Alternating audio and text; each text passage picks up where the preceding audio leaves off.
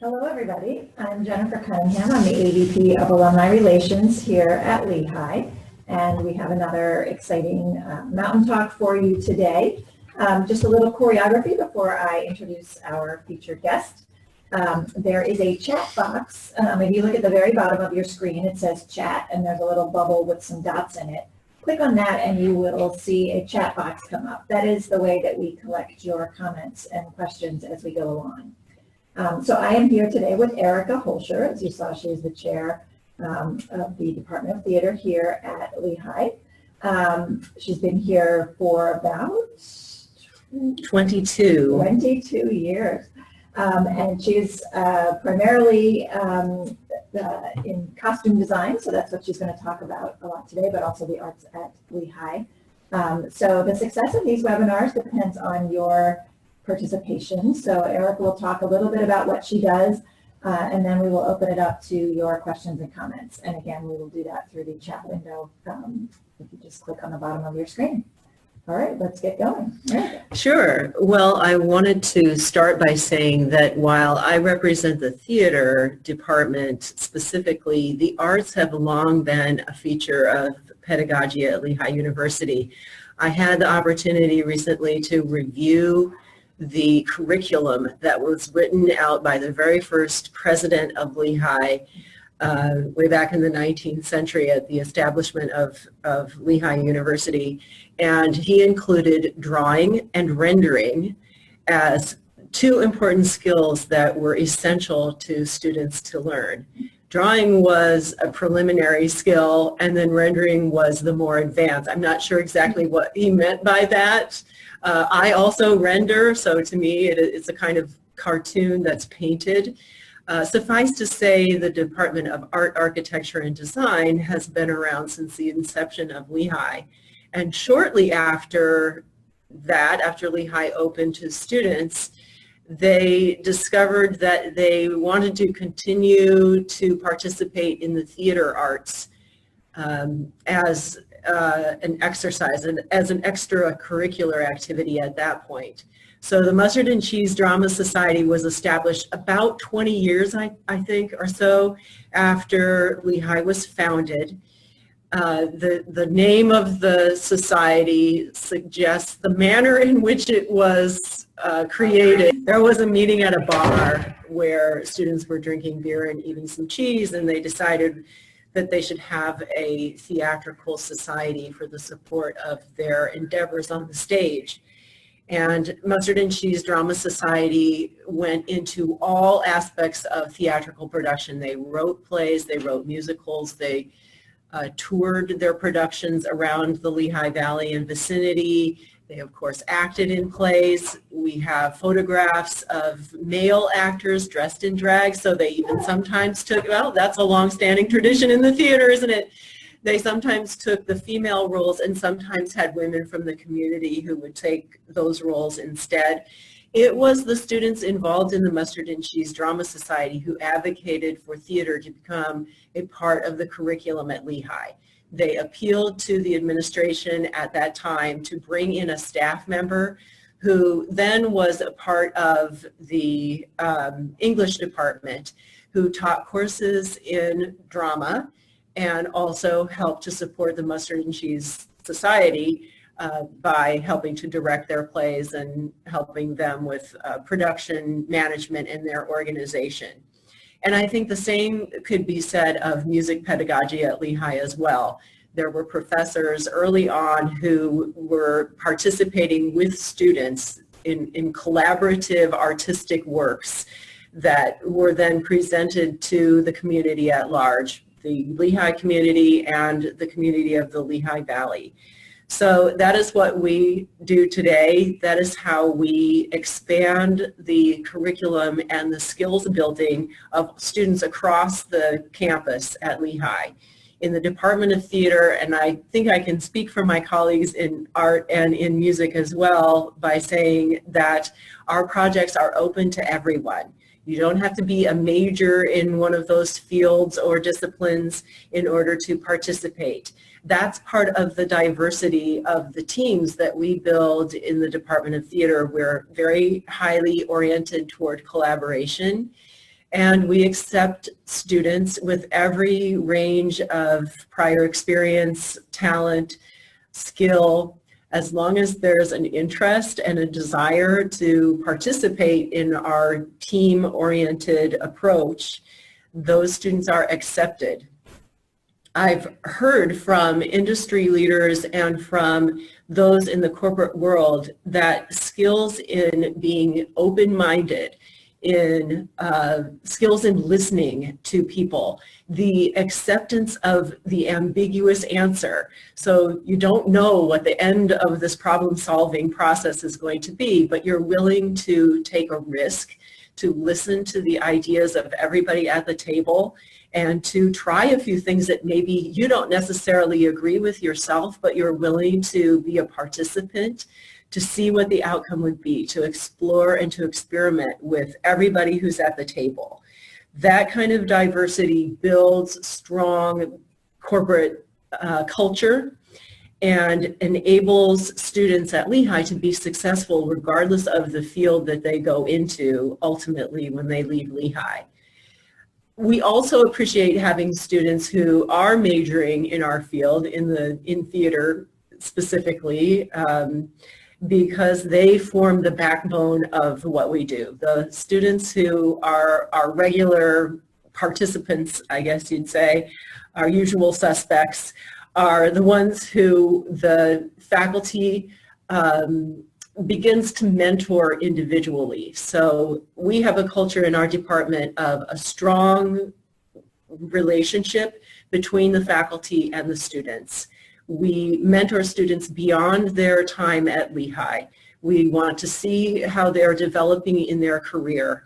As an example of this, I have a production that closes in a couple of days that I designed the set and the costumes for in Philadelphia, that is featuring a Lehigh alum by the name of Catherine Perry in a lead role in this professional scholarship that I've done. So it was a great joy to be able to work with a Lehigh alum and kind of shine the spotlight on her accomplishments and how we're being able to bring the classroom into a real life experience like that.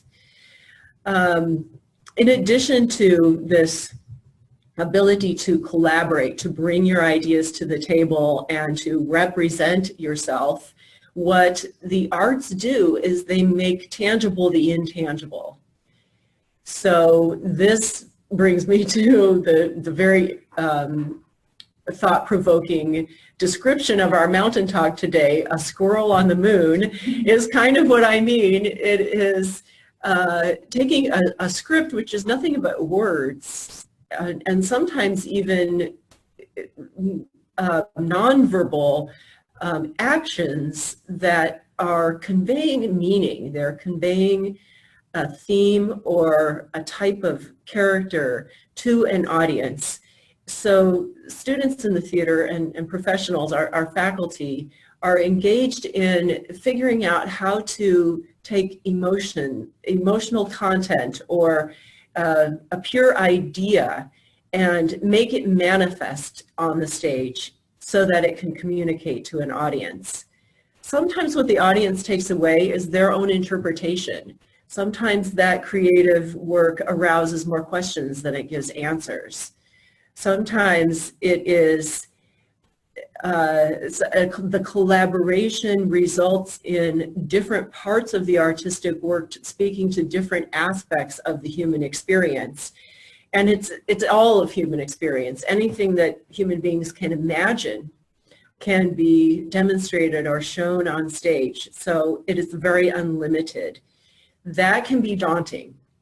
It can be daunting to a student in a classroom where they are looking for, how do I get an A out of this? How am I going to do what the professor wants? I often get the question, what do you want? And my answer always is, I want you to explore the assignment to the utmost degree that you possibly can, and to allow yourself to err, to allow yourself to go off on a tangent, to be inventive, to innovate something new, to give your attention in such a way to the project that you're really delving into the intricacies of what a solution to this problem could be. We are problem solvers in the theater, and specifically in design. So we teach students very practical skills of meeting a deadline. The show must go on. We have an opening day that's published and to which we expect audience members. So that is a hard and fast rule of the theater. You must be done on opening night. Even if you're not done, you're going to be done. We involve students at every level of our pedagogy. They get involved from the aspect of being an actor all the way up to being a director, which perhaps is the highest element of the pedagogy, of the infrastructure of the theater.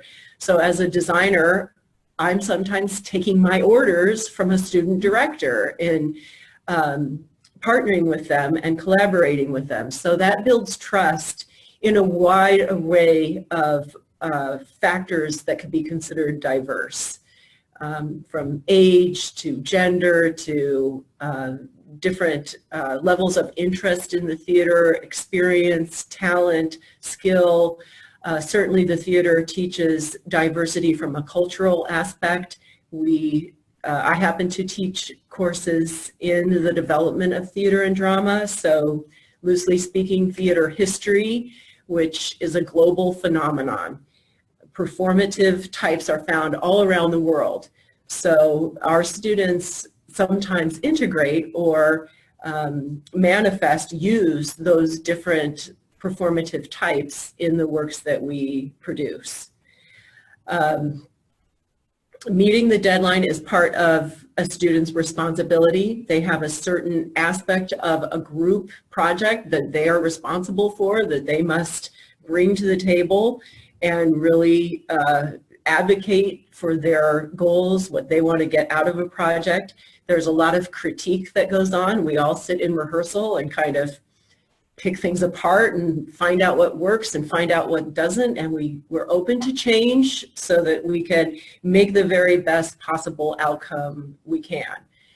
We're not stuck in a status quo, but instead want to learn from all of the experiences we have. Most of them very good, but sometimes challenging, difficult things where problems have to be worked through.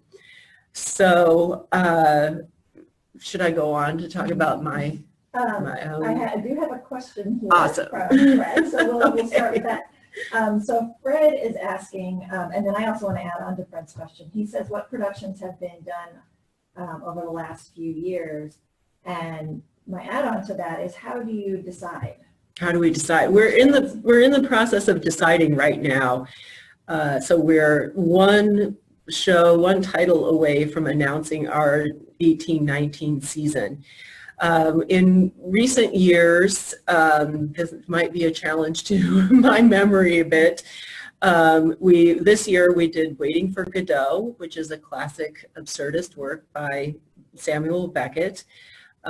We have running right now a production called Orlando, which is a contemporary adaptation of a play by a novel by Virginia Woolf.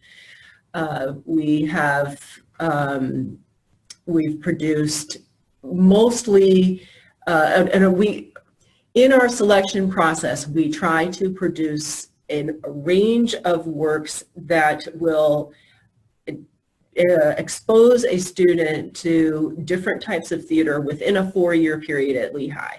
So while we do some classics, we also do new works. We sprinkle in musicals here and there.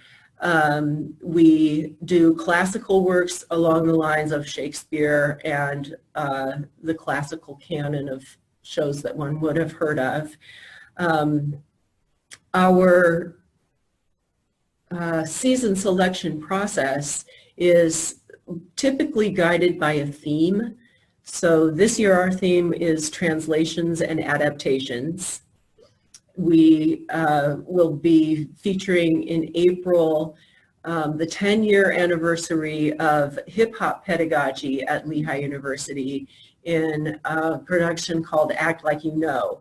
My colleague Cassie Johnson has been teaching this particular style of hip-hop theater and in our curriculum for the last 10 years. So this is kind of accumulating celebratory production version of Act Like You Know that will draw upon the best works from the last 10 years. In Cassie's classes, students really, they devise the production themselves. So they dig inside their own experiences and their own knowledge of hip-hop performance to create a unique production every single year. So that will be very exciting, and I welcome everyone on the webinar to come and see that. All right, we have another question from David. Considering Lehigh's amazing technical support systems, how do you manage the tension between using technology and the aesthetic idea of less is more, and the core element of theater being the actor in an empty space before an audience? I wonder if he watched the Olympics closing ceremony. Oh, I did not, but we have I saw the Super Bowl. Yeah. Halftime, thank you. I'm not a big sports person. The halftime show, which a Lehigh alum works on regularly. Yeah. And that was just a technological, very impressive performance. So Lehigh is interesting because of its past as an engineering college. We often are early adopters of technology of all types at Lehigh. And in the theater, in general, as an industry, the industry has attempted to adopt and embrace those technologies as an augmentation to the performative aspect of the theater, to greater or lesser success, because many of those technologies are very expensive. They are, I won't say unreliable, but they're kind of finicky in the way that they have to be perfectly arranged. It almost takes a specialist in the technology to make sure that it runs appropriately. And in a live event like the theater, you can't just stop and redo something. If it doesn't work, then if it fails somehow, it's kaput for the rest of the production. It's not good. We're not going to do a redo on that. However, in our department, we have regularly integrated video, projections, all kinds of sound, special effects into our productions because we are just accustomed to that. At Lehigh, we've always enjoyed the ability to take advantage of and to integrate those technological models into our productions as frequently as possible. And it doesn't detract from the aesthetic whatsoever, as long as it is part of the early process of planning.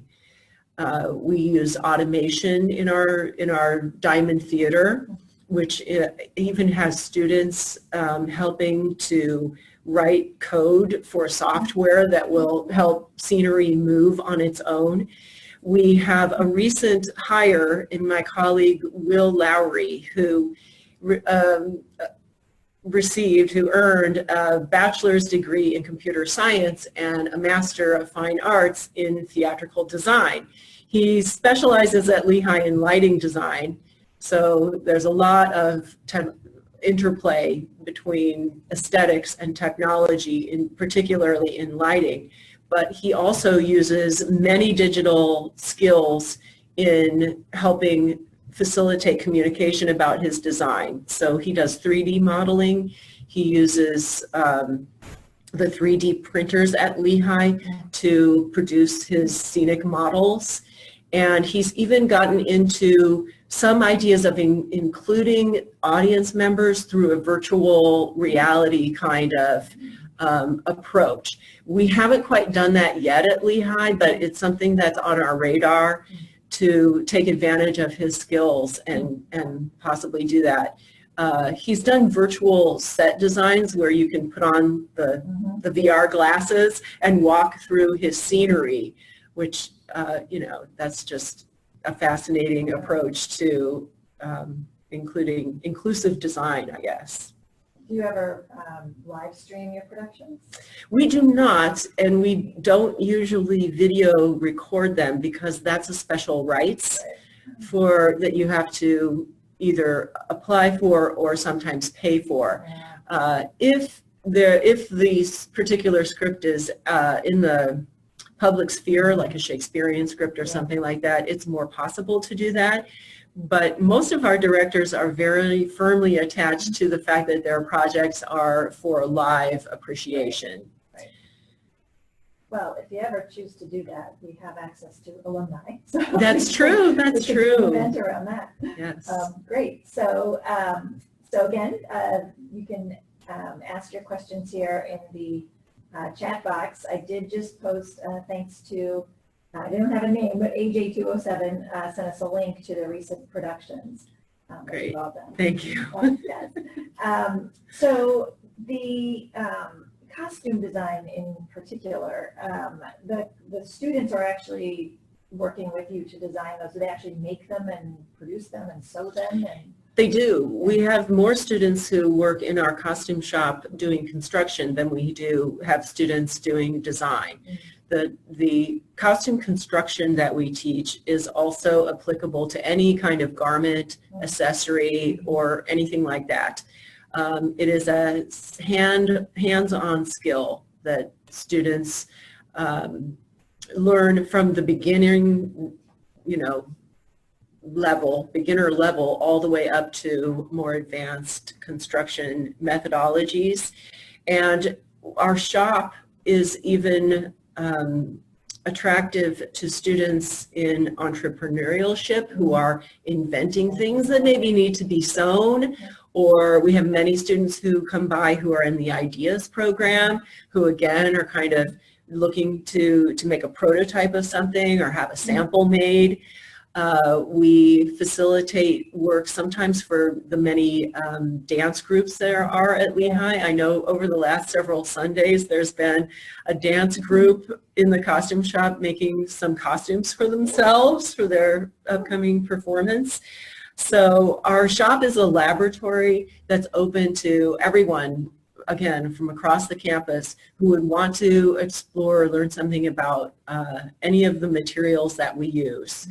They range, of course, from fabrics all the way up to sort of cutting edge plastics and moldables and foams and different products that we explore and experiment with. Fred had another question about collaboration. Do you collaborate with other venues in costume design or creation? I personally am also have a freelance career in costume design. So I work primarily with a small theater company in Philadelphia called the Idiopathic Radiculopathy Consortium. It's a mouthful. It is a theater company that specializes in absurdism, which is one of my favorite forms of the theater because sometimes our everyday lives are pretty absurd. So seeing that come onto the stage is very empowering and actually uplifting to our audiences. So I typically design 1 or 2 shows for that company every year. I don't remember if I mentioned I'm the associate artistic director with them. So I'm even a member of the board of the theater and I'm helping to make season selection decisions and marketing and promotion and things like that for the company.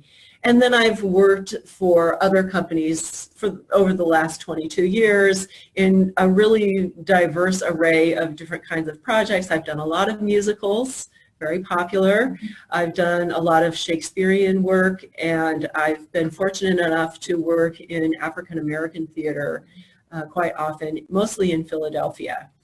In terms of our costume shop itself, we bring in outside or professional designers on occasion, which sometimes includes Lehigh alum. We have several alumni who are enjoying very successful careers as costume designers, fashion designers, working in the industry in different ways. So it's wonderful to welcome them back to Lehigh. And we often also collaborate with the universities, the other universities that are around in the area, because each costume shop has its own storage area. We keep everything that we use in an inventory. So if we have something that another college can use that's the right size and color and they can make it work on their stage, we will let them borrow it in exchange for a reciprocal kind of arrangement for us. So you said that at the beginning that some of the students who take your classes have never really been actors before, never been in the theater. What kind of transformations do you see? Because I imagine you've never acted and you're now 18 or 19 years old. That's being pretty brave to now just jump onto a stage. Do you see, what do you see? Sure. Over the years? Well, we have one actor in particular. I won't name his name. But he's a senior at Lehigh. I believe he's in one of the engineering fields. He came to us last semester, in the fall semester of his senior year, and auditioned for a production and immediately got cast. And we said to him, "Where have you been all of our lives? What is going on here?" And he said, "I've always wanted to do this. I've always wanted to act, and I just never had the time or the availability in my schedule until now." So he was in the second production of the year, and he's now currently in the third production of the year, and then he'll graduate. So I guess you would have to ask him what he's gotten out of it. What we've gotten out of it is to really see somebody stretch themselves, explore a different aspect of who they are, and really achieve a lot of success. If he's been waiting for 3 years to be an actor on Lehigh University stage, he's really hit it out of the park with the 2 productions that he's been in. So hopefully he would feel the same way. In terms of my own classes in teaching design, I actually will approach the student on their own terms. That's the pedagogical model that I use. So I don't have any expectation of a person coming in with a certain talent level or prior knowledge or any kind of ability. What I'm really asking them to do is to approach the assignment in the same way. Strip away their preconceptions, strip away their idea of somehow there is a right or one right way to solve this problem, because in my problems, my assignments, there's never one right way. So I like to work with students by getting them to really stretch and explore their imaginations, to do something that might seem wrong, to push to the nth degree, to be absurd, to be silly and playful, because play is the original method of learning.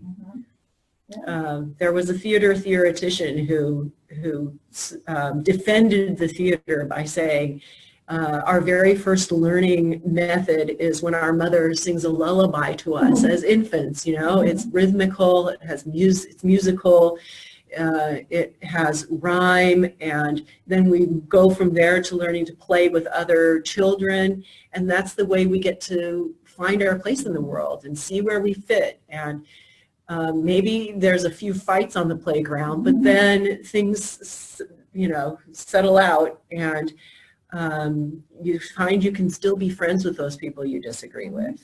So. Well, I think our time is up. It's 12:34. That went really fast.